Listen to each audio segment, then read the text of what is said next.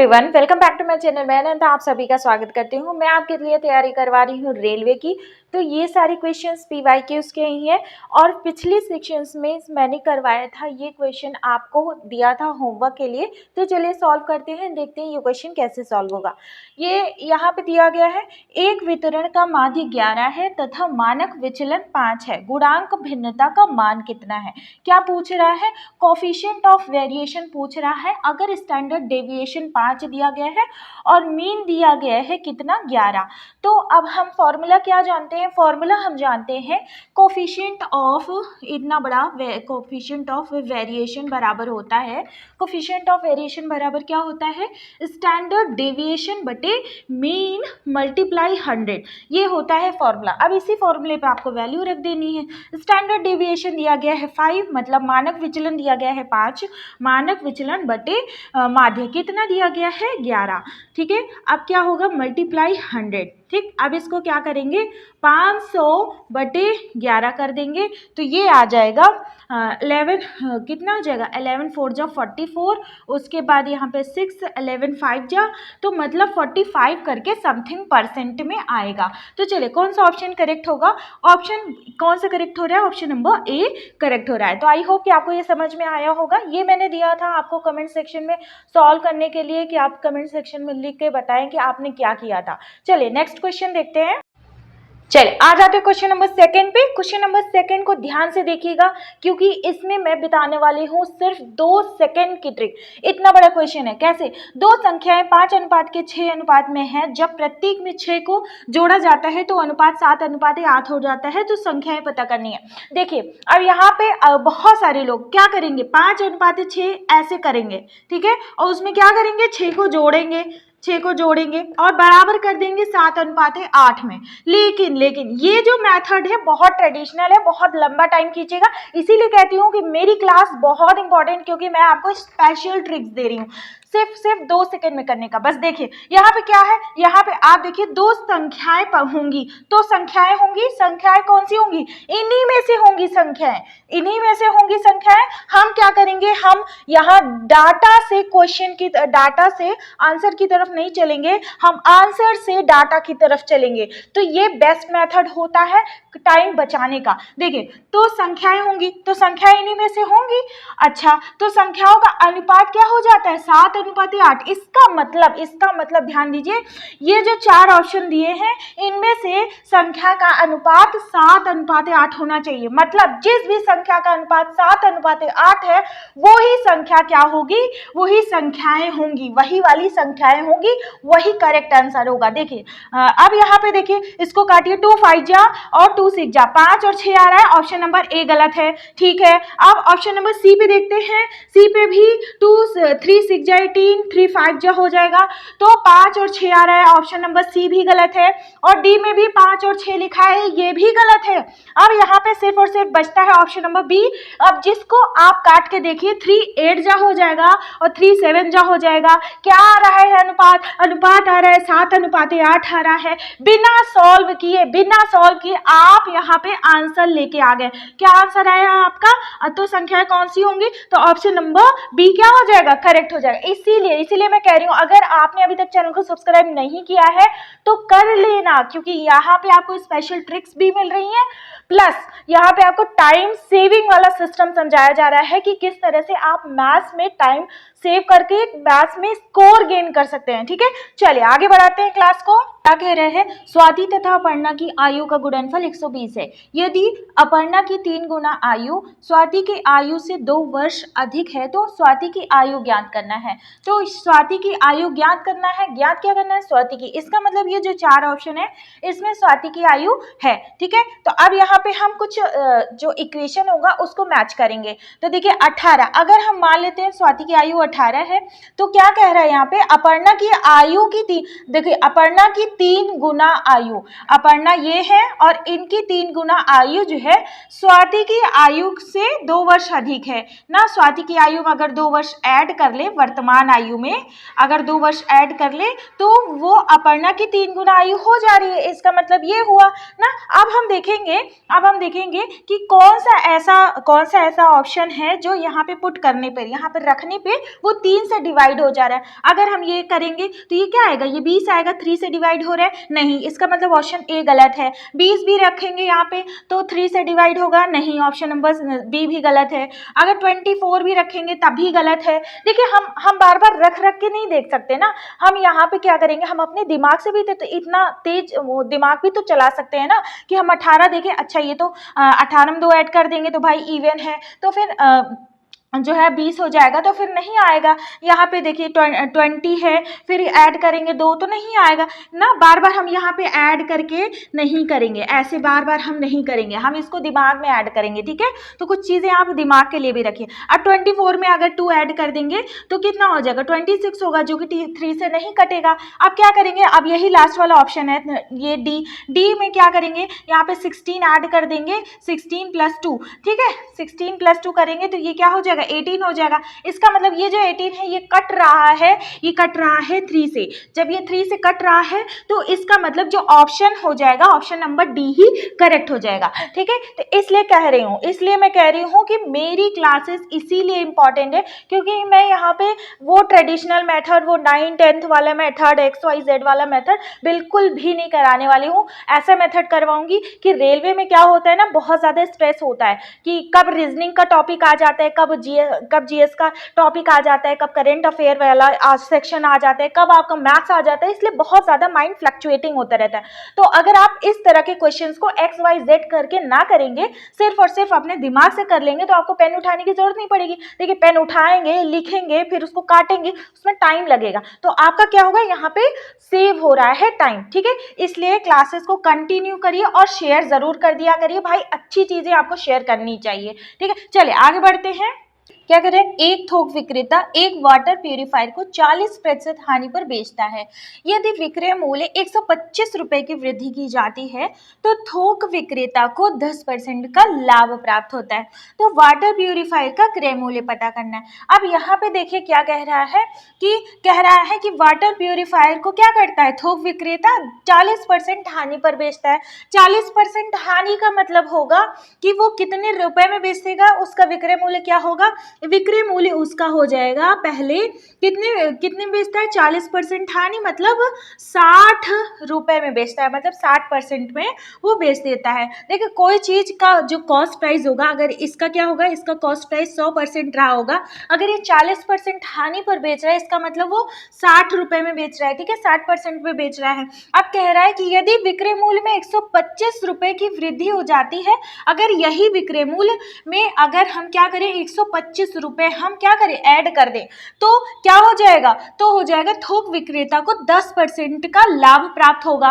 10% का लाभ किस पे होगा, लाभ तो कॉस्ट प्राइस पे होगा। कॉस्ट प्राइस पे अगर 10% का लाभ होगा तो जो सेलिंग प्राइस दूसरा वाला हो जाएगा, जो नया सेलिंग प्राइस जो हो जाएगा वो 110 रुपए हो जाएगा, ठीक है, 110 रुपए हो जाएगा ना। आप देखिए ये जो सेलिंग प्राइस है और ये जो सेलिंग प्राइस है, इन दोनों में से जो कितना इंक्रीज हुआ है, 124 इंक्रीज हुआ है, मतलब 60% में और 110 का जो डिफरेंस आएगा वो कितना आ जाएगा, 50% आ जाएगा। और यही जो डिफरेंस बराबर हो जाएगा 125 रुपए के। क्या कह रहा है, विक्रय मूल्य में 125 रुपए की वृद्धि होती है। वृद्धि कब होगी, जब विक्रय मूल्य पहले रहा होगा फिर बाद में आया होगा, तो उसी वाले विक्रय मूल्य में क्या होगी, वृद्धि होगी, कितने की होगी, 125 की होगी, ठीक है। अब यहाँ पे देखिए 50% बराबर क्या है, 125। अब हमें कितना निकालना है, हमें क्रय मूल्य निकालना है, क्रय मूल्य निकालना है। क्रय मूल्य को हम क्या माने थे, 100%। अच्छा इसमें अगर हम 2 से मल्टीप्लाई कर दें, इसमें अगर हम 2 से मल्टीप्लाई कर दें तो हमें क्या आ जाएगा, 100% आ जाएगा ना, ये 100% हो गया। और उसके बाद ये कितना हो जाएगा, ये हो जाएगा इतना 250 रुपए हो जाएगा ना। तो क्या आ जाएगा, कॉस्ट प्राइस, जो कॉस्ट प्राइस आ जाएगा जो आपका पूछा हुआ था वो कितना है, वो 250, ठीक। तो कौन सा ऑप्शन करेक्ट हो जाएगा, ऑप्शन नंबर बी करेक्ट हो जाएगा। आई होप कि आपको समझ में आया होगा। इस टाइप के क्वेश्चन को आप सिर्फ और सिर्फ इतना मत लिखिएगा, एग्जाम में लिखने की जरूरत ही नहीं है, बस आपको इतना लिखना है यहाँ से यहाँ तक, ठीक है। अगर इसको भी नहीं समझ में आया तो भाई ये देखिए 125 में अगर हम बटे 50 50 करते हैं तो 50 का एक बार में जाएगा 5 2 जा, और ये हो जाएगा, और उसके बाद 100% वो मल्टीप्लाई करेंगे 100 वाला, तो ऐसे करके 250 आ गया। देखिए इतना करके आया, तो हमें क्या करना था, हमें 100% का ही निकालना था, चाहे इसमें 2 मल्टीप्लाई कर दें, चाहे हम उधर ला के पहले डिवाइड करें फिर 100 मल्टीप्लाई करें ना, तो वो ट्रेडिशनल मेथड हो जाएगा, वो पुराना मेथड हो जाएगा। हमें क्या करना है, हमें क्विक मेथड करना है, क्विक मैथ्स करनी है। ठीक है, चलिए आगे बढ़ते हैं। यदि एक आबादी का मानक विचलन 7 है, ये मानक विचलन का मतलब होता है स्टैंडर्ड डेविएशन, तो आबादी विचरण कितना होगा, आबादी विचरण मतलब पॉपुलेशन वेरिएशन। ठीक है, तो पॉपुलेशन जो वेरिएशन का फॉर्मूला होता है वो क्या होता है, वो होता है स्टैंडर्ड डेविएशन का स्क्वायर। ठीक है, स्टैंडर्ड डेविएशन का स्क्वायर मतलब मानक विचलन का स्क्वायर। मानक विचलन यहाँ पे क्या दिया गया है, 7 दिया गया है, 7 का स्क्वायर मतलब 49। कौन सा ऑप्शन करेक्ट हो जाएगा, ऑप्शन नंबर सी करेक्ट हो जाएगा। चलिए आगे बढ़ते हैं, फटाफट वीडियो को शेयर जरूर करिए, क्लास को शेयर भी किया करिए और लाइक जरूर किया करिए। ठीक है, चलिए आगे बढ़ते हैं।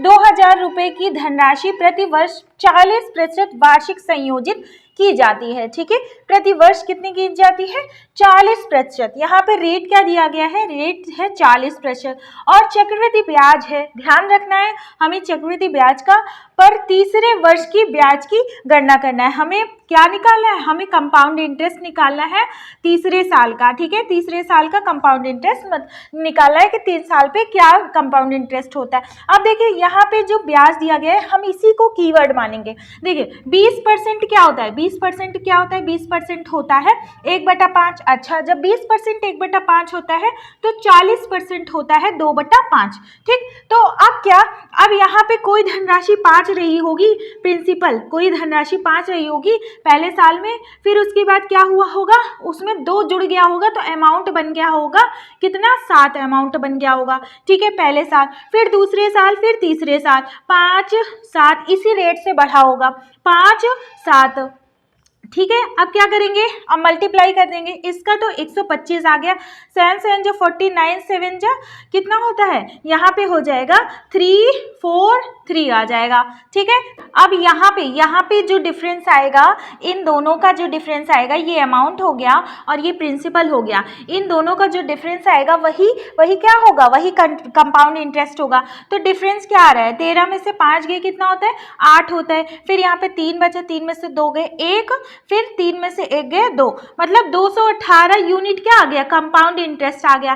ठीक है, अब यहाँ पे क्वेश्चन पे आ जाइए, 2000 क्या है, 2000 क्या है, प्रिंसिपल है, तो 125 जो ये दिया गया है, 125 बराबर क्या हो जाएगा, 125 यूनिट बराबर हो जाएगा 2000 रुपए के। ठीक है, तो 1 यूनिट बराबर क्या हो जाएगा, 2000 बटे 125 यूनिट रुपए के। ठीक है, अब उसको हम काट देंगे, देखिए 25 पंचे 125, 25 चौके 100, 5 4 जा 20, मतलब कितना आ जाएगा, 16 रुपीज़ आ जाएगा। ठीक है, 1 यूनिट बराबर हो जाएगा 16 रुपीज़। अब यहाँ पे क्या कह रहा है, इतना यूनिट मतलब 218 यूनिट, 218 यूनिट बराबर हो जाएगा 218 मल्टीप्लाई 16।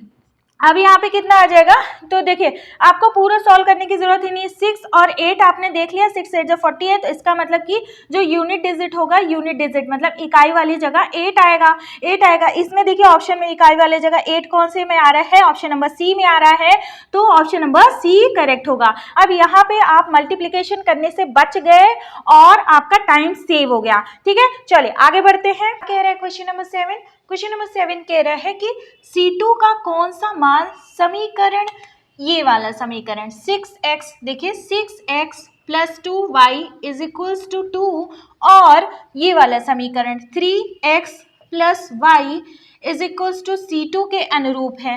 ठीक है, तो अब यहाँ पे हमको क्या करना है, हमें एक समीकरण की वैल्यू दी गई है तो हमें इसी समीकरण के हिसाब से इसको भी बना लेना है। तो x का कोफिशिएंट क्या है, 6 है, तो हमें क्या करना है, ऐसा यहाँ वाले समीकरण में, इस सेकेंड नंबर वाले समीकरण में कि 3 की जगह 6 हो जाए, तो हम क्या करेंगे, पूरे ही समीकरण में 2 से मल्टीप्लाई कर देंगे ना। ठीक है, तो क्या हो जाएगा, 6x + 2y = कितना हो जाएगा, 2C2 हो जाएगा। अब देखिए ये समीकरण 1 हो गया, ये समीकरण 2 हो गया। ठीक है, तो इसकी जो इस तरफ की वैल्यू है इक्वल है, इसका मतलब इसके इस तरफ की वैल्यू भी इक्वल होगी। 2C2 बराबर क्या होगा, 2 के होगा, तो 2 से 2 कैंसिल हो जाएगा, इसका मतलब C2 की वैल्यू क्या आ गई, 1 आ गई। ठीक है, तो कौन सा ऑप्शन करेक्ट हो जाएगा, ऑप्शन नंबर डी करेक्ट हो जाएगा। इसको आप बिना लिखे भी कर सकते थे, लेकिन मुझे समझाना था इसलिए मैंने इतना लिखा है। आप एग्जाम में सिर्फ और सिर्फ यहाँ पे देखिए बिना लिखे भी अपने आप में कर सकते हैं। ठीक है, मल्टीप्लाई करके। चलिए आगे बढ़ते हैं। सुरेश द्वारा एक निश्चित संख्या द्वारा 14528 को विभाजित करने पर भागफल 83 और शेषफल 3 प्राप्त होता है, तो भाजक क्या है। अब यहाँ पे देखिए थोड़ा कॉन्सेप्ट जनरेट कर लीजिए। ये देखिए यहाँ पे क्या है कि एक निश्चित संख्या द्वारा, एक निश्चित संख्या हमें नहीं पता है, वो क्या डिवाइड करते हैं, 14528 को डिवाइड किया जाता है, तो क्या होता है भागफल। भागफल कहाँ होता है, भागफल यहाँ होता है 83। ठीक है, और शेषफल क्या होता है, शेषफल यहाँ पे आता है 3। ठीक, तो यही पूछा है कि भाजक क्या है, भाजक हमें पता नहीं है। देखिए भाजक क्या है हमें नहीं पता है, तो देखिए 80 एक्स मान मल्टीप्लाई, ये देखिए x मल्टीप्लाई 83 और फिर प्लस 3। ठीक, तो इतना बराबर क्या होता है, इतना बराबर होता है 14528 के। ठीक है, तो 83 मल्टीप्लाई x बराबर क्या हो जाएगा, इसमें से 3 माइनस हो जाएगा तो 14525 आ जाएगा। अब क्या करेंगे, अब हम इसको डिवाइड करेंगे। x बराबर क्या हो जाएगा, यहाँ पे देखिए 83 और यहाँ पे ऐसे 14525। अब क्या करेंगे, इसी को हम क्या करेंगे, इसी को हम जब डिवाइड करेंगे तो कितने बार में जाएगा, पहले तो 1 बार में जाएगा, 83 हो जाएगा, यहाँ पे 2 आया, 6 आ गया। उसके बाद अब क्या करेंगे, अब यहाँ पे 2 यहाँ पे उतार देंगे, यहाँ पे कितनी बार जाएगा, 7 बार जाएगा। ठीक है, तो देखिए 7 3 जा 21 हो गया, 7 8 जा 56, 56 57 58, तो यहाँ पे इतना हो गया। ठीक, अब उसके बाद इसको माइनस 12 में से 8 गया 4, उसके बाद क्या हो गया, यहाँ 41 हो गया और ये 5 हो जाएगा। अब क्या हो जाएगा, 5 बार जाएगा। ठीक है, 3 5 जो 15 हो जाएगा, 8 5 जो 40, 41 हो जाएगा। तो कितना आंसर आ गया, 175। तो कौन सा ऑप्शन करेक्ट हो जाएगा, ऑप्शन हो जाएगा 175, ऑप्शन नंबर डी। तो आई होप कि आपको ये समझ में आया होगा। क्वेश्चन नंबर 9 पे क्या कह रहे हैं, यदि 15 व्यक्ति एक कार्य को 30 दिन में कर सकते हैं। 15 व्यक्ति हैं, एक कार्य को क्या कर रहे हैं, 30 दिन में कर सकते हैं, तो 30 व्यक्ति समान कार्य को, वही कार्य क्या है, सेम है। ठीक है, कार्य को 2 गुना कार्य कुशलता के साथ, यहाँ कंडीशन दी गई है 2 गुना कार्य कुशलता के साथ कितने दिन में करेंगे, ये पूछा है। अब हम जानते क्या है, फॉर्मूला होता है मेन। देखिए मेन मल्टीप्लाई जितने भी आदमी है, मेन मल्टीप्लाई डेज मल्टीप्लाई क्या होता है, यहाँ पे कार्य कुशलता होता है। ठीक है, कार्य कुशलता को हम यहाँ पे n मानते हैं। ठीक, तो 1 1, अब ये क्या हो जाएगा, ये पूरा टोटल कार्य के बराबर हो जाएगा। ठीक है, ये टोटल क्या हो जाएगा, कार्य हो जाएगा ना, टोटल वर्क हो जाएगा। अब यही हम क्या करते हैं, m multiply m1 d1 multiply और ये n1 क्या हो जाएगा, इज इक्वल्स टू क्या हो जाएगा, यही जो कार्य ये करेंगे और इन्हीं का कार्य दूसरे वाला भी करेंगे, दूसरे वाले ग्रुप भी करेंगे।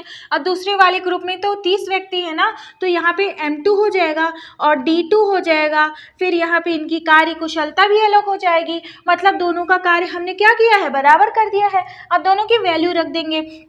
यहाँ पे पहले केस में क्या है, 15 व्यक्ति हैं, तो 15 गुणे कितने दिन है, 30 दिन है। अच्छा, कार्य कुशलता क्या है, कार्य कुशलता हम इनकी क्या मान लेते हैं, 1 मान लेते हैं।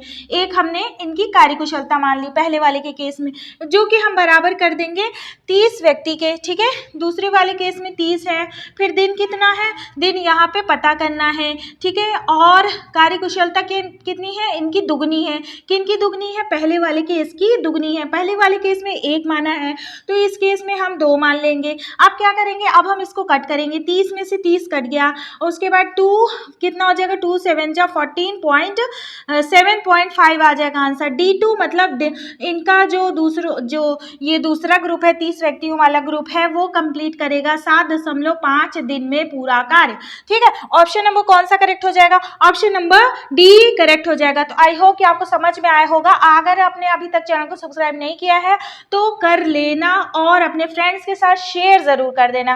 ठीक है, चलिए आगे बढ़ते हैं। आइए क्वेश्चन नंबर हम 10 पे देखते हैं। क्वेश्चन नंबर 10 क्या है, साइन की पावर 6a प्लस कॉस की पावर 6a माइनस 1 किसके बराबर है। यहाँ पे ऑप्शन दिए हुए हैं, यहाँ पे किसके बराबर है। तो एक चीज़ है कि आपको फॉर्मूले लर्न करने पड़ेंगे। तो यहाँ पे क्या है, ट्रिग्नोमेट्री के फॉर्मूले बहुत ज़रूरी हैं। हम क्या जानते हैं, हम जानते हैं कि sine square a plus cos square a बराबर क्या होता है, 1 होता है। ठीक है, 1 होता है ना। अब हम क्या करेंगे, अब हमारे पास हम दिमाग लगाएंगे कि ऐसा क्या करें कि 2 हमारा 6 बन जाए। 2 में क्या करते हैं, 3 मल्टीप्लाई करते हैं। तो अच्छा 3 मल्टीप्लाई कैसे होगा भाई, हम क्या करेंगे इस इक्वेशन में क्या करेंगे, क्यूबिंग बोथ द साइड्स कर देंगे, मतलब कि इसको हम क्यूब बना देंगे। ठीक है, इसका हम क्या करेंगे, क्यूब करेंगे। ठीक है, दोनों साइड अगर हमने क्यूब कर दिया तो कोई अंतर नहीं पड़ा। हम अब a प्लस बी का क्यूब का फॉर्मूला हम लगा देंगे। तो क्या होता है a प्लस बी का, a cube plus B cube plus क्या होता है 3ab और a प्लस बी, यही होता है ना। हम क्या करेंगे, हम जहाँ a लिखा है वहाँ हम साइन स्क्वायर a और जहाँ b लिखा है वहाँ कॉस स्क्वायर a लिखेंगे। ठीक है, तो अब क्या हो जाएगा, देखिए साइन स्क्वायर a का क्यूब, ठीक है हो गया ना, प्लस कॉस स्क्वायर a का cube plus 3 sine square a cos square a, फिर यहाँ पे sine square a plus cos square a। ठीक, ये हो गया ना। अब ये देखिए यहाँ पे क्या है, ये हमने इस साइड, अभी हम इस साइड को लेके चल रहे हैं और ये पूरी साइड बराबर 1 के है। अभी जगह नहीं है ना, तो हम इक्वल टू यहाँ पे चाहे लिखें 1 चाहे ना लिखें। ठीक, चलिए अब क्या करेंगे, इसको सॉल्व करेंगे। ये हो गया साइन की पावर 6a हो गया, जो हमें ले आना था, हमारे क्वेश्चन में था। ठीक है, फिर प्लस कॉस की पावर 6a हो गया, फिर प्लस क्या करेंगे 3 sine square a cos square a। अब हम क्या जानते हैं कि sine square a plus cos square a की वैल्यू क्या होती है, 1 होती है। तो हम यहाँ और कुछ नहीं करेंगे, अब इक्वल टू क्या हो जाएगा, ये पूरा इक्वेशन इक्वल टू 1 के हो जाएगा, 1 के हो जाएगा। ठीक, अब क्या करेंगे, अब यही 1 जो हमें इधर दिख रहा है वो हम इधर लेके आएंगे और ये चीज़ हम उधर लेके जाएंगे। ठीक है, तो क्या हो जाएगा, यहाँ पे देखिए साइन की पावर 6a प्लस कॉस की पावर 6a, अब ये देखिए 1 है ना, यहाँ पे -1 हो जाएगा, इज इक्वल्स टू क्या, ये प्लस है ना, तो यहाँ आके यहाँ ये प्लस में है तो इधर जाएगा, तो -3 sine square a cos square a। ठीक है, तो ये क्या आ जाएगी, ये वैल्यू आ जाएगी, ये वैल्यू किसकी आ जाएगी, इसकी वैल्यू आ जाएगी। ठीक है, इसकी वैल्यू आ जाएगी, तो ये क्या है, ये वैल्यू है। देखते हैं कौन सा ऑप्शन करेक्ट है, ऑप्शन नंबर ए करेक्ट है। ठीक है, यहाँ पे देखिए -3 sine square a cos square a, इसकी वैल्यू आ जाएगी। ठीक है, चलिए तो ठीक है फ्रेंड्स, तो आज की क्लास सिर्फ यहीं तक, लेकिन उससे पहले आप आज का प्रश्न देख लीजिए जो कि आपके PYQs का ही है, इसलिए आप स्किप मत करिएगा। क्या कह रहे हैं, यदि रमेश 18 किलोमीटर पर आवर की दर से दौड़ता है तो उसे 50 मीटर कोने वाले वर्गाकार पार्क के चारों ओर दौड़ने में कितना समय लगेगा। बहुत ईजी क्वेश्चन है, लेकिन आपको करके दिखाना है कि आपका क्या आंसर आया है। इससे क्या होगा, आप अपने आप को इवेल्युएट करेंगे। तो जिन्होंने मेरी पिछली क्लासेस नहीं देखी देख लेना, और जीएस का सेक्शन में भी मैं यहाँ पे टॉपिक वाइज करवा रही हूँ जीएस के प्लेलिस्ट में। ठीक है, तो जो भी PYQs जीएस में पूछे गए हैं वो सारे आपको एक जगह में मिल जाएंगे। ठीक, फिर मिलते हैं नेक्स्ट क्लास में, तब तक के लिए धन्यवाद, जय हिंद।